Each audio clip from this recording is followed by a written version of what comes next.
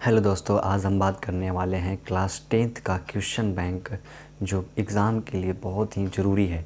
क्योंकि क्योंकि क्या होता है ना कि ये जो है आपका ये बता देता है कि कैसे मतलब क्वेश्चन पूछा जाता है और किस किस प्रकार का क्वेश्चन एग्ज़ाम में होता है। ठीक है ना। तो आज हम जितना भी मतलब अगर आप क्वेश्चन बैंक ही अगर पढ़ करके जाते हैं एग्ज़ाम में तो आपका हम कह सकते हैं कि आपका जो तैयारी है वह 45% बढ़िया से तैयारी हो चुका है। क्योंकि क्या जो एग्ज़ामिनर जो होता है, जो एग्ज़ाम लेता है, वो क्या करता है ना कि पीछे से जो पहले ईयर पूछा गया जो सवाल है वही क्या करता है ना कि अगले ईयर जो है वह दे देता है। तो जो 2024 में क्वेश्चन पूछा गया शायद हो सकता है कि 2025 में वही क्वेश्चन क्या करता है रिपीट कर देता हो। ये बहुत सारे ऐसा हम देखे हैं। ठीक है, आप पीछे वाले भी उठा करके दे सकते हैं। तो इसीलिए आज हम क्या किए हैं कि आज जो है आप लोगों के लिए क्वेश्चन बैंक का जितने भी ऑब्जेक्टिव है, चाहे वो सोशल साइंस का हो या साइंस का हो, है ना, वो मैथ का हो या फिर ज्योग्राफी का हो या फिर ज्योग्राफी या फिर साइंस का हो या संस्कृत या फिर हिंदी या फिर इंग्लिश, ऑल टोटल जितना भी क्वेश्चन बैंक है हम फर्स्ट पाली एंड सेकेंड पाली, है ना, ऑल टोटल चीज़ क्या करेंगे प्रोवाइड करवा देंगे। इसी चैनल पर आप लोगों को मिलेगा। ठीक है ना। हम हो सकता है कि मैं इसका प्लेलिस्ट भी क्या करूं बना दूं। तो चलिए आज हम बात करने वाले हैं 2024 का जो फर्स्ट सिटिंग में जितने भी सवाल पूछा गया है सोशल साइंस का, एक एक करके टिक आउट करते हैं और हम बहुत ही फास्ट चलते हैं। ये लगभग वीडियो जो है वो लंबा नहीं होगा, तुरंत ही समाप्त हो जाएगा और आपको अच्छे से तैयारी कराया जाता है। क्योंकि देखिए हम क्वेश्चन बैंक को क्यों नहीं मानते हैं। देखिए क्वेश्चन बैंक में कुछ ऐसे ऐसी चीज़ होते हैं कि गलत ही रहता है, जो उसका आंसर रहता है वह गलत दिया हुआ रहता है। इसी कारण हम कहते हैं कि गलत नहीं याद करो। ठीक है ना। तो इसीलिए हम सोच रहे हैं कि नहीं, क्वेश्चन बैंक तो दिया हुआ रहता है, वो सिर्फ क्वेश्चन के लिए ना कि आंसर के लिए है ना। तो क्वेश्चन अगर तुम जानते हो कि क्वेश्चन है तो क्वेश्चन को अच्छे आंसर को अच्छे से अगर अच्छे आंसर की ज़रूरत पड़ता है तो उसमें गलत रहता है। इसी कारण हम क्या कहें कि हर एक क्वेश्चन को बढ़िया से पढ़ें हैं, उसको बढ़िया से डिटेल निकाल करके और उसे क्या किया आंसर को सही करने का प्रयास किए हैं। ठीक है। तो चलिए हम शुरुआत करते हैं। सबसे पहले नंबर आप लोग भी टिक आउट करते जाइएगा। पहला प्रश्न आपका है कि बॉक्साइट के उत्पादन में कौन सा राज्य अग्रणी है। तो शायद आपको पता ही होगा कि बॉक्साइट के उत्पादन में सबसे पहला राज्य अग्रणी कौन सा है। तो आपको बता दें कि उड़ीसा है। कौन सा है? उड़ीसा है। चलिए ठीक है। इसी प्रकार से हम आगे बढ़ते हैं। अगला क्वेश्चन आपको बोल रहा है कि बताइए काली मिट्टी कहाँ पाई जाती है। तो काली मिट्टी कहाँ पाई जाती है। तो काली मिट्टी जो है वह महाराष्ट्र में पाई जाती है। कहाँ पाई जाती है? काली मिट्टी जो है वह महाराष्ट्र में पाई जाती है। कहाँ पाई जाती है? महाराष्ट्र में पाई जाती है। हम फटाफट यहाँ पे टिक आउट करते जाते हैं। ठीक ना। चलिए अगला वीडियो है आपका अगला क्वेश्चन है बोकारो स्टील प्लांट किस पंचवर्षीय योजना में बना था। बोकारो स्टील प्लांट किस पंचवर्षीय योजना में बना था। तो बता दें कि तीसरी पंचवर्षीय योजना में बनाया गया था। तीसरी पंचवर्षीय योजना में बनाया गया था। चलिए अगला प्रश्न बोल रहा है कि अधिकांश लोहा इस्पात केंद्र भारत के किस क्षेत्र में स्थापित हुए हैं। अधिकांश लोहा इस्पात केंद्र भारत के किस क्षेत्र में स्थापित हुए हैं। तो बता दें ये दक्कन पठार के क्षेत्र में। कौन सा? ऑप्शन नंबर ए, दक्कन पठार के क्षेत्र में। चलिए अगला प्रश्न बोल रहा है कि निम्न में से किसे नवीन जलोढ़ मिट्टी कहा जाता है। निम्न में से किसे नवीन जलोढ़ मिट्टी कहा जाता है। तो आपको बता दें कि ये हो जाएगा निम्न जलोढ़ मिट्टी किसे कहते हैं। तो पाँचवा का ए यानी खादर हो जाएगा। क्या हो जाएगा? खादर हो जाएगा। चलिए आगे बोल रहा है कि किस भाग में मैग्रोवा वन सबसे अधिक पाया जाता है। किस भाग में मैग्रोवा वन सबसे अधिक पाया जाता है। बता दें कि सुंदरवन वन में क्या होता है कि मैग्रोवा वन सबसे अधिक पाया जाता है। चलिए अगला प्रश्न बोल रहा है 7वां नंबर बोल रहा है कि निम्न में से कौन भारत में सर्वाधिक चाय निर्यात पतन बोल रहा है कि निम्न में से कौन भारत में सर्वाधिक चाय निर्यात पतन है। तो आपको बता दें कि ये जो है आपका हो जाएगा कोलकाता क्या करता है कि सबसे चाय में निर्यात पतन इसी को माना जाता है। चलिए अगला प्रश्न आपका है। अगला प्रश्न बोल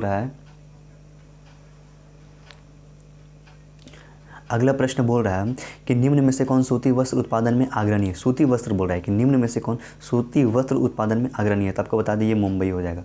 कौन हो जाएगा? ये मुंबई।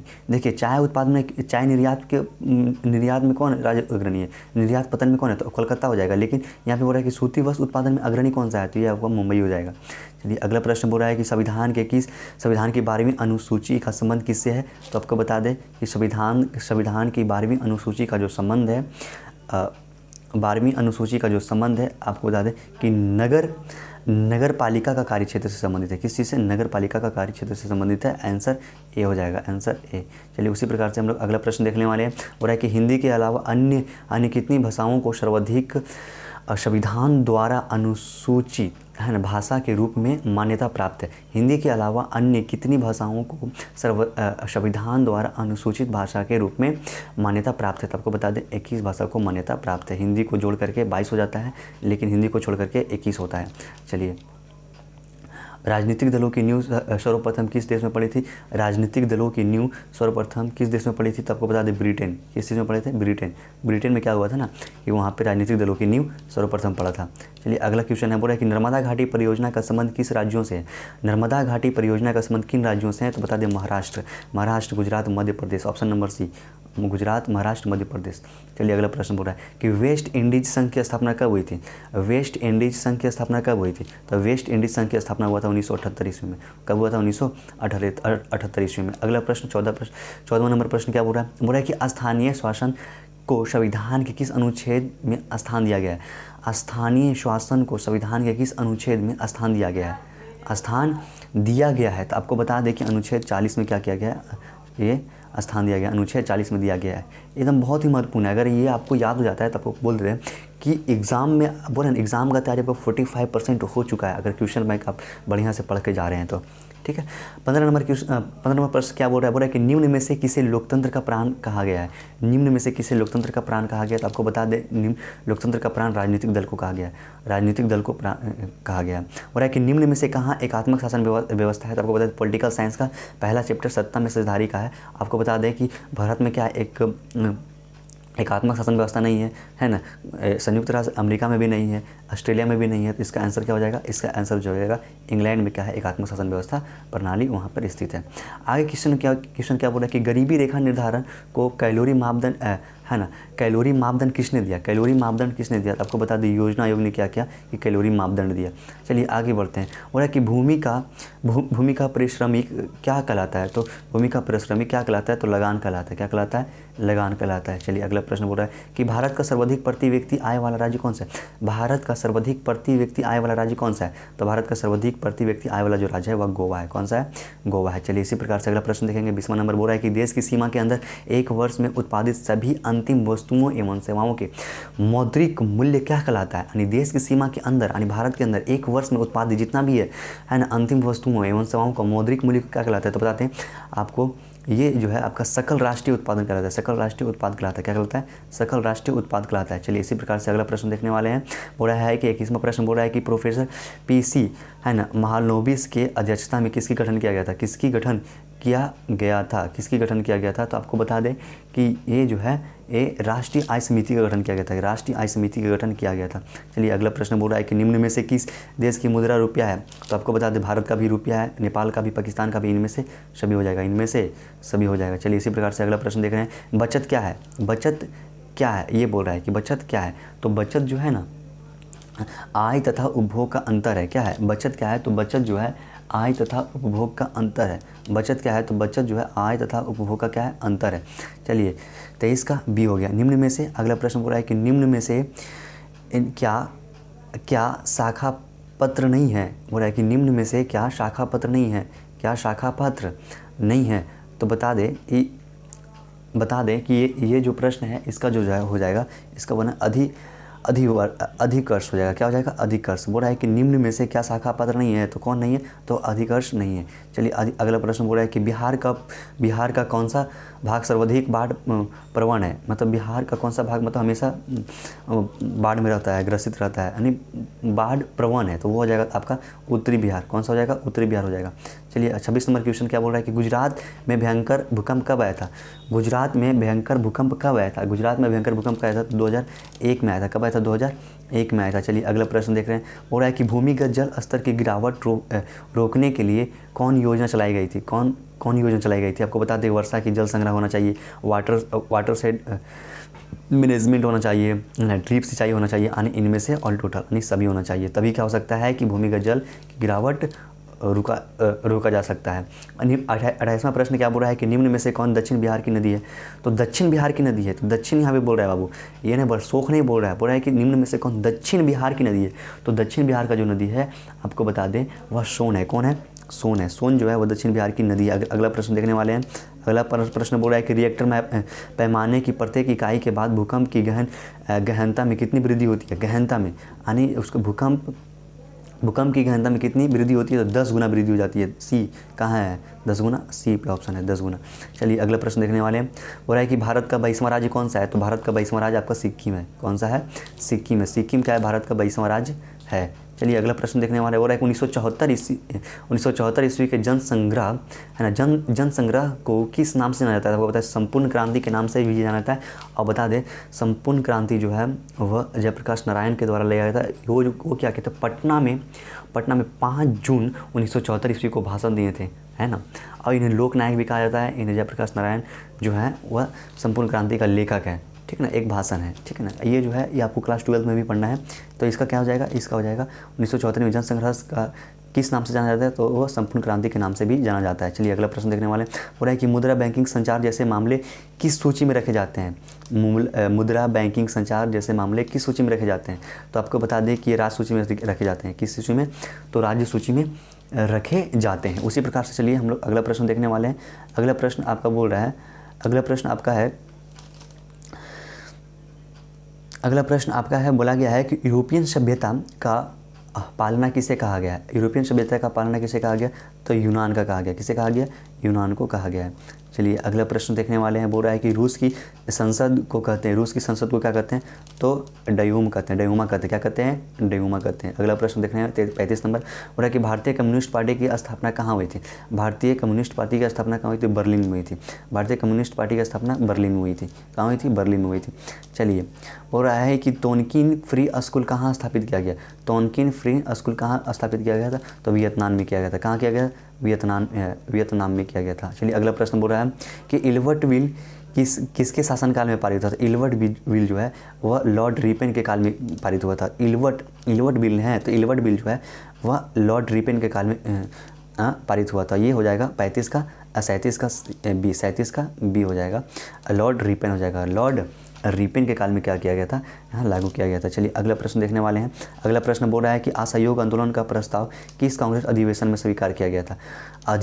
असहयोग आंदोलन का प्रस्ताव किस कांग्रेस अधिवेशन में स्वीकार किया गया था, तो आपको बता दें ये नागपुर अधिवेशन में क्या किया गया था, इसे स्वीकार किया गया था। अगला प्रश्न बोल रहा है कि मुद्रण का प्रारंभ किस देश में हुआ था, तो मुद्रण का प्रारंभ जो है वह चीन देश में हुआ था। किस देश में हुआ था, चीन देश में हुआ था। बोल रहा है 40 नंबर प्रश्न बोल रहा है कि इंडिपेंडेंस का प्रकाशन किसने किया था। इंडिपेंडेंस का प्रकाशन किसने किया था, तो मोतीलाल नेहरू किया था। किसने किया था, मोतीलाल नेहरू किया था, ऑप्शन नंबर बी। 41 नंबर प्रश्न बोल रहा है कि निम्न में से किसकी नियुक्ति राज्य सरकार करती है। निम्न में से किसकी नियुक्ति राज्य सरकार करती है, तो आपका हो जाएगा ऑप्शन नंबर सी, नगर आयुक्त को करती है, नगर आयुक्त का किया जाता है। 42वां नंबर प्रश्न बोल रहा है कि गठबंधन की सरकार बनाने की संभावना निम्न में से किस व्यवस्था में होती है। गठबंधन की सरकार बनाने की संभावना निम्न में से किस व्यवस्था में होती है, तो वह बहुदलीय में होती है। किस में होती है, बहुदलीय में होती है, ऑप्शन नंबर सी हो गया। चलिए 43 नंबर प्रश्न बोल रहा है कि निम्न में से क्या क्षेत्रवाद की भावना एक कुपरिणाम है। निम्न में से क्या क्षेत्रवाद की भावना एक कुपरिणाम है, तो बता दें कि हाँ एक अलगाववाद। इसका जो हो जाएगा आंसर, कुपरिणाम क्या है, तो एक अलगाववाद हो जाएगा। क्या हो जाएगा, कुपरिणाम अलगाववाद होगा। अगला प्रश्न बोला गया है कि कार्यपालक पदाधिकारी की नियुक्ति कहाँ की जाती है। कार्यपालक पदाधिकारी की नियुक्ति कहाँ की जाती है, तो आपको बता दें कार्यपालक जो है उनकी नियुक्ति कहाँ की जाती है, तो उनकी जो नियुक्ति होती है वो नगर परिषद में होती है। कहाँ होती है, नगर परिषद में होती है, नगर परिषद में की जाती है। चलिए अगला प्रश्न देखने वाले हैं। बोल रहा है कि निम्न में से कहाँ सामाजिक विभाजन का आधार भाषा था। यानी निम्न में से कहाँ सामाजिक विभाजन का आधार भाषा था, तो आपको बता दें कि बेल्जियम में था। ये हम पढ़ाए थे सत्ता में सत्ताधारी का प्रश्न, पॉलिटिकल साइंस का प्रश्न पूछा गया। बोला गया कि संविधान सभा, अगला प्रश्न 40 नंबर क्वेश्चन क्या बोल रहा है कि संविधान सभा का गठन कब किया गया था। संविधान सभा का गठन जो है 1946 ईस्वी में हुई थी, ऑप्शन नंबर बी हो गया। चलिए अगला प्रश्न बोल रहा है कि योजना आयोग का गठन कब हुआ, तो योजना आयोग का गठन हुआ था 1950 ईस्वी में, ऑप्शन नंबर बी। योजना आयोग का गठन कब हुआ था, 1950 ईस्वी में।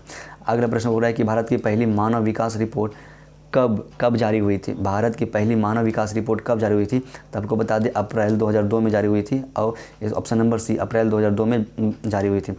भारत की पहली मानव विकास रिपोर्ट कब जारी हुई थी, तो अप्रैल 2002 में जारी हुई थी। चलिए 49 प्रश्न क्या बोला गया है कि दक्षिणी वियतनाम में किसकी प्रथम सरकार थी।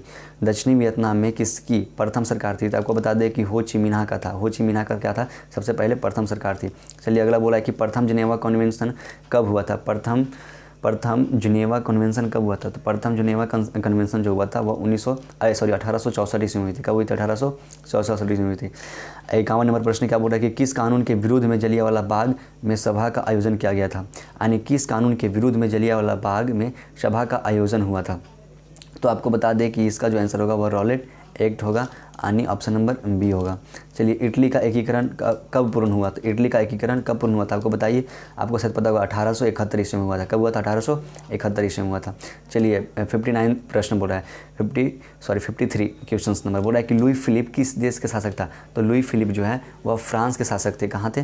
कहाँ के शासक थे? तो फ्रांस के शासक थे। लुई फिलिप कहाँ के शासक थे? तो फ्रांस के शासक थे। कहाँ के शासक थे? फ्रांस के शासक थे। चलिए, अगला प्रश्न क्या लिखा गया? लिखा गया है कि अंतर्राष्ट्रीय महिला दिवस की घोषणा किस वर्ष की गई थी? तो अंतर्राष्ट्रीय महिला दिवस की घोषणा जो है वह 1975 ईस्वी में की गई थी। कब की गई थी? 1975 ईस्वी में की गई थी। चलिए, अगला प्रश्न देखेंगे, भारत विश्व व्यापार संगठन का सदस्य कब बना था? भारत विश्व व्यापार संगठन का सदस्य कब बना था? तो आपको बता दें कि वह जो है वह 1995 ईस्वी में भारत क्या बने थे? वह सदस्य बने थे, 1995 ईस्वी में बने थे। चलिए, अगला प्रश्न देखने वाले हैं। अगला प्रश्न बोल रहा है कि ब्रिटिश सरकार ने गांधी जी को क्या उपाधि दिए थे? तो ब्रिटिश सरकार ने गांधी जी को क्या उपाधि दिया गया था? आपको शायद पता ही होगा, कैसरे हिंद की उपाधि दी गई थी। किस चीज़ का? कैसरे हिंद की उपाधि दिया गया था। चलिए, औस प्रकार है किसका है? गेहूं का, धान का, मक्का का या बाजरा का? तो आपको बता दिए धान का है। किसका है? धान का है। चलिए, अगला प्रश्न देखने वाले हैं। 58 नंबर बोल रहा है कि निम्न में से कौन किसी रेल मंडल का मुख्यालय नहीं? निम्न में से कौन किसी रेल मंडल का मुख्यालय नहीं? तो आपको बता दें कि हाजीपुर जो है वो रेल मंडल का मुख्यालय नहीं, बाकी सब है, बाकी सब है। चलिए, अगला प्रश्न देखने वाले हैं कि निम्न में से कौन विशेष आर्थिक क्षेत्र पश्चिम बंगाल में है? निम्न में से कौन विशेष आर्थिक क्षेत्र पश्चिम बंगाल के है? तो आपको बता दें कि ये जो है आपको फाल्टा हो जाएगा। क्या हो जाएगा? फाल्टा हो जाएगा। क्या हो जाएगा? फाल्टा होगा। क्या हो जाएगा? फाल्टा हो जाएगा। चलिए, 60 नंबर प्रश्न क्या बोल रहा है? बोल रहा है कि दक्षिण भारत की सबसे बड़ी नदी घाटी परियोजना कौन सी है? यानी दक्षिण भारत की सबसे बड़ी नदी घाटी परियोजना कौन सी है? तो आपको बता दें तुंगभद्रा है। कौन सा है? तुंगभद्रा है। चलिए, अगला प्रश्न देखने वाले 61 नंबर बोल रहा है कि भारत में रेडियो का प्रसारण किसके द्वारा शुरू किया गया था? भारत में रेडियो का प्रसारण किसके द्वारा शुरू किया गया था? आपको बता दें भारत में रेडियो का प्रसारण किसके द्वारा शुरू किया गया था? तो आपको बता दें कि रेडियो क्लब ऑफ बम्बे के द्वारा क्या गया था? शुरू किया गया था। चलिए, अगला प्रश्न देखने वाले हैं। पर्यावरण संरक्षण हेतु पहला विश्व शिखर सम्मेलन कब आयोजित हुआ था? पर्यावरण संरक्षण हेतु पहला विश्व शिखर सम्मेलन कब आयोजित हुआ था? चलिए, बताइए। ये बताते हैं, इसका जो है वह ऑप्शन नंबर सी होगा, 1992 में हुआ था। कब हुआ था? 1992 में हुआ था। चलिए, अगला प्रश्न देखने हैं। 63 नंबर हो रहा है कि बिहार का कौन जिला जूट का सबसे बड़ा उत्पादक है? बिहार का कौन जिला जूट का सबसे बड़ा उत्पादक है? तो आपको बता दें कौन सा है? ये पूर्णिया है। कौन है? पूर्णिया। जूट उत्पादन में कौन सा हो जाएगा? पूर्णिया हो जाएगा। चलिए, अगला प्रश्न देखने वाले, निम्न में से किसे बिहार का सुख कहा जाता है? तो बिहार का सुख किसे कहा जाता है? कोसी को कहा जाता है। चलिए, अगला प्रश्न देखेंगे। हो रहा है कि निम्न में से कौन पूंजी बाजार का अंग है? पूंजी बाजार का अंग है। तो आपको बता दें कि प्रतिभूमि बाजार भी चाहिए, औद्योगिक बाजार चाहिए, विकास की सत्ता संस्थान चाहिए, इनमें से सभी होगा। क्या हो जाएगा? इनमें से सभी हो जाएगा। ठीक ना। चलिए, अगला प्रश्न देखेंगे। 66 नंबर बोला जा रहा है कि सहकारिता शाखा समिति विधान कब पारित हुआ था? सहकारिता शाखा समिति विधान कब पारित हुआ था? आपको बता दें कि यह जो है ना, यह पारित हुआ था 1904 ईस्वी में। कब पारित हुआ था? 1904 ईस्वी में। Option number A. चलिए, अगला प्रश्न देखेंगे। लिखा गया कि भारत के सकल घरेलू उत्पाद जीडीपी में किस क्षेत्र का योगदान सर्वाधिक रहा था? तो आपको बता दें इसका सेवा क्षेत्र का सर्वाधिक योगदान रहा था। अगला प्रश्न 68 नंबर बोल रहा है कि भारत में एलपीजी नीति कब बनाई गई थी? तो एलपीजी नीति जो है वो कब लाई गई थी? तो आपका इसका एलपीजी जो नीति लाया गया था वह 1991 ईस्वी में लाया गया था। एलपीजी नीति जो लाया गया था वह 1991 ईस्वी में लाया गया था। चलिए, अगला प्रश्न देखने वाले हैं। बोला गया है कि खनन को किस क्षेत्र में शामिल करते हैं? तो खनन को हम लोग कृषि क्षेत्र में शामिल करते हैं। खनन को किस क्षेत्र में शामिल करते हैं? कृषि क्षेत्र में शामिल करते हैं। 70 नंबर प्रश्न देख रहे हैं। क्या बोला गया है? लिखा गया है कि व्यापारिक बैंक का एजेंसी कार्य करता है। व्यापारिक जो बैंक होता है उसका एजेंसी किस में काम करता है? तो आपको बता दें वो ऋण देते हैं। सभी को क्या करते हैं? ऋण देते हैं। ऑप्शन नंबर ए हो जाएगा। चलिए, अगला प्रश्न देखते हैं। बोला गया है 71 नंबर प्रश्न लिख रहा है कि सहकारिता का मूल तत्व क्या है? तो सहकारिता का मूल तत्व क्या है? आपसी सहयोग करना, जनतांत्रिक संचालन करना, स्वैच्छिक सदस्यता करना, इनमें से सभी हो जाएगा। यानी इसका आंसर क्या हो जाएगा? डी हो जाएगा। चलिए, अगला प्रश्न देखते हैं। निम्न में से किसके द्वारा पूंजी निर्माण होता है? तो आपको बता दें बचत की जाएगा तभी क्या हो जाएगा? पूंजी निर्माण होगा। यानी ऑप्शन नंबर सी होगा। ऑप्शन नंबर सी होगा। चलिए अगला प्रश्न देखते हैं क्या लिखा गया है। 73 नंबर लिख रहा है कि दांडी यात्रा से किस आंदोलन शुरुआत हुई, यानी किस आंदोलन की शुरुआत की गई थी। आपको पता ही होगा कि दांडी यात्रा कब शुरू हुआ था, तो 1930 ईस्वी में हुआ था, है ना। कौन किसके द्वारा किया गया था, महात्मा गांधी के द्वारा किया गया था। तो बोला कि दांडी यात्रा से किस आंदोलन की शुरुआत हुई, तो आपको बता दें सविनय अवज्ञा आंदोलन से सविनय अवज्ञा आंदोलन शुरू किया गया था, शुरुआत हुई थी। लिखा। अगर 74 नंबर प्रश्न क्या बोल रहा है, बोला गया कि निम्न में से किस बैंक की स्थापना पहले हुई थी। तो कि सबसे पहले कौन सी बैंक की स्थापना हुई थी, तो आपको बता दें कि बैंक ऑफ इंडिया की स्थापना सबसे पहले हुई थी, बैंक ऑफ इंडिया, यानी ऑप्शन नंबर सी हो जाएगा। अगर आपके पास क्वेश्चन बैंक है तो आप क्या कीजिए, क्वेश्चन बैंक के साथ मिलाइए और उसके साथ टिक आउट कीजिए, और टिक आउट करने के साथ आप उसे याद कीजिए, क्योंकि याद कीजिएगा तभी क्या करें, तभी आपसे एग्जाम में क्वेश्चन बनेगा। चलिए अगला प्रश्न देखते हैं क्या लिखा गया है। आगे लिख रहा है, बोला कि अखिल भारतीय ट्रेड यूनियन कांग्रेस के प्रथम अध्यक्ष कौन थे, यानी अखिल भारतीय ट्रेड यूनियन कांग्रेस के प्रथम अध्यक्ष कौन थे। आपको सबको पता होगा कि लाला लाजपत राय थे। कौन थे, लाला लाजपत राय, यानी 75 का ऑप्शन नंबर बी होगा, ऑप्शन नंबर बी होगा। 76 नंबर प्रश्न क्या बोल रहा है कि ऑल इंडिया मुस्लिम लीग की स्थापना कब हुई, तो ऑल इंडिया मुस्लिम लीग की स्थापना 1906 ईस्वी में हुई थी। 76 का बी होगा, यानी ऑल इंडिया मुस्लिम लीग की स्थापना कब हुई थी, तो 1906 ईस्वी में हुई थी, 1906 ईस्वी में हुई थी। चलिए अगला प्रश्न देखने वाले हैं। बोला गया है कि सिमलीपाल राष्ट्रीय उद्यान कहाँ स्थित है, तो सिमलीपाल राष्ट्रीय उद्यान कहाँ स्थित है, तो आपको बता दें कर्नाटक में स्थित है। कहाँ स्थित है, कर्नाटक में। 77 का ए हो जाएगा। चलिए बोले 78 नंबर लिखा गया है कि कलपक्कम परमाणु विद्युत संयंत्र कहाँ स्थित है। कलपक्कम परमाणु विद्युत संयंत्र कहाँ स्थित है, कलपक्कम परमाणु विद्युत संयंत्र कहाँ स्थित है, तो बता दें 78 का जो हो जाएगा आपको 78 का जो है वह तमिलनाडु हो जाएगा। क्या हो जाएगा, तमिलनाडु हो जाएगा, तमिलनाडु हो जाएगा। इसका कलपक्कम परमाणु विद्युत संयंत्र कहाँ स्थित है, तो तमिलनाडु में स्थित है। कहाँ है, तमिलनाडु में स्थित है। देखिए थोड़ा सा मिस्टेक कर दिए हैं। देखिए सिमलीपाल राष्ट्रीय उद्यान कहाँ स्थित है, तो बता दें ये उड़ीसा है। सिमलीपाल राष्ट्रीय उद्यान कहाँ स्थित है, तो ये उड़ीसा में स्थित है। सॉरी गलती हो चुका है। बोला है कि निम्न में से कौन पतन पूर्वी तट पर स्थित है, तो निम्न में से कौन पतन पूर्वी तट पर नहीं स्थित है। देखिए यहाँ पर नहीं का बोध करा रहा है बाबू, नहीं स्थित है, नहीं स्थित है। तो आपको बता दें तूतीकोरिन क्या है, वो पूर्वी तट पर स्थित नहीं है। चलिए अगला प्रश्न बोल रहा है कि निम्न में से कौन मृदा निर्माण का कारक है, तो वह जलवायु है। मृदा निर्माण का कारक कौन है, जलवायु है। तो इसी प्रकार से क्या करना है ना कि आप लोगों को अपना क्वेश्चन बैंक लेना है और क्वेश्चन बैंक में टिक आउट करना है, और टिक आउट सही करना है। क्योंकि बाबू क्या होता है ना कि क्वेश्चन बैंक में जो आंसर दिया हुआ रहता है वो गलत रहता है। तो हम यहाँ पे क्या करें कि हर एक क्वेश्चन को आंसर ढूंढ करके आप लोगों के सामने लाए हैं, आप लोगों के समझ लाए हैं। और आप लोग क्या कीजिए कि आप लोग गलत क्वेश्चन बैंक के आंसर को देख करके आप लोग गलत टिक आउट ना कीजिए, और जो मतलब इसमें दिया गया है आप उसकी सहायता से क्या कीजिए, अपने क्वेश्चन बैंक में टिक आउट कीजिए और उसे याद कीजिए। क्योंकि अगर आप क्वेश्चन बैंक ही पढ़ करके आप एग्जाम में जाते हैं, एग्जाम देने के लिए जाते हैं, तो आपको बोलते हैं ना कि आपका 45% क्या हो चुका है ना, 45% आपका तैयारी हो चुका है मात्र क्वेश्चन बैंक से। क्योंकि क्या करते हैं ना कि पिछले ईयर जितने भी क्वेश्चन पूछा गया है वो क्या करते हैं कि अगले ईयर क्वेश्चन को दोहरा दिया जाता है। तो आपको क्वेश्चन बैंक अगर बढ़िया से याद है, अगर बढ़िया से पढ़े हैं, अगर बढ़िया से अगर क्वेश्चन बैंक से तैयारी बढ़िया है, तो आपको बोलते हैं कि क्वेश्चन जो है आपका बढ़िया नंबर आने वाला है। चलिए अगर वीडियो अच्छा लगे तो like and comment and share ज़रूर करें, दूसरे को भी क्या करें, शेयर करें, ताकि वो भी क्या करें, क्वेश्चन बैंक का तैयारी बढ़िया से कर सके, और वो क्वेश्चन बैंक देख करके आंसर देख करके वो गलत ना टिक आउट करे। Thank you. जय हिंद, जय भारत।